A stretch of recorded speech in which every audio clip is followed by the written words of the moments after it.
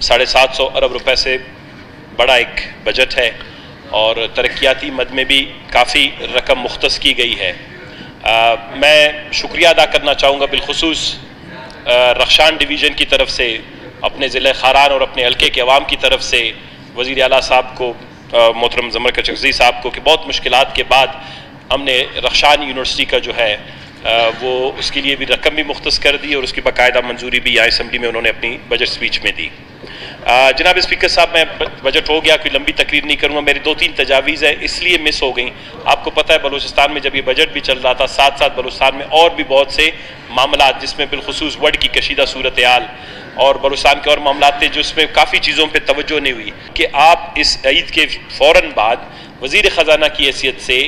आप एक इजलास बुलाएं जिसमें तमाम अरकान असम्बली मौजूद हों। उसमें जिन ज़िलों में हमारी जो तरजियाती स्कीम है जिसमें हम फौरी तौर पर लोगों की पानी का निज़ाम बहाल कर सकते हैं, बिजली का निज़ाम बहाल कर सकते हैं, हमारे एनर्जी के प्रोजेक्ट हैं, या सेहत के निज़ाम को बेहतर बना सकते हैं,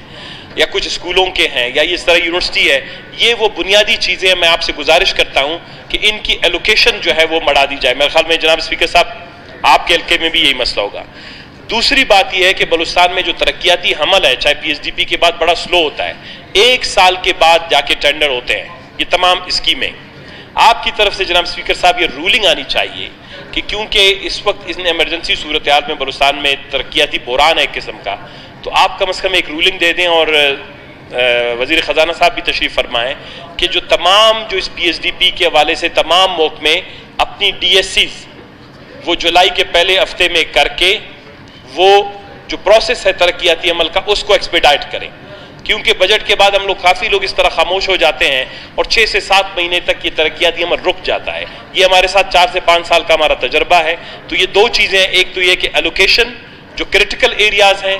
PHE है, वाटर सप्लाईज हैं, वाटर प्रोविजंस हैं, हेल्थ है, मेडिसिन हैं, इनके हवाले से जो है एलोकेशंस को बढ़ाया जाए। दूसरी बात यह है कि जुलाई के पहले हफ्ते में तमाम महकमों को आपकी तरफ से आज हिदायत जानी चाहिए कि तमाम महकमे ईद के फौरी बाद तमाम काम छोड़ के PSDP में जितनी भी तरक्याती स्कीम पानी, सेहत और दीगर उमूर से मुतल्लिक हैं उनकी DSCs मुकम्मल करें ताकि बलूचिस्तान दीगर सूबों की तरह तरक्याती अमल में आगे बढ़े। ये जो हम टाइम लैप्स करते हैं 5 से 6 महीने 7 महीने का, इससे बलूचिस्तान को काफ़ी नुकसान होता है। तो once again thank you very much sir, मैं तफसील में और नहीं जाऊँगा, तो आपका और बहुत बहुत शुक्रिया। शुक्रिया सना बलोच साहब।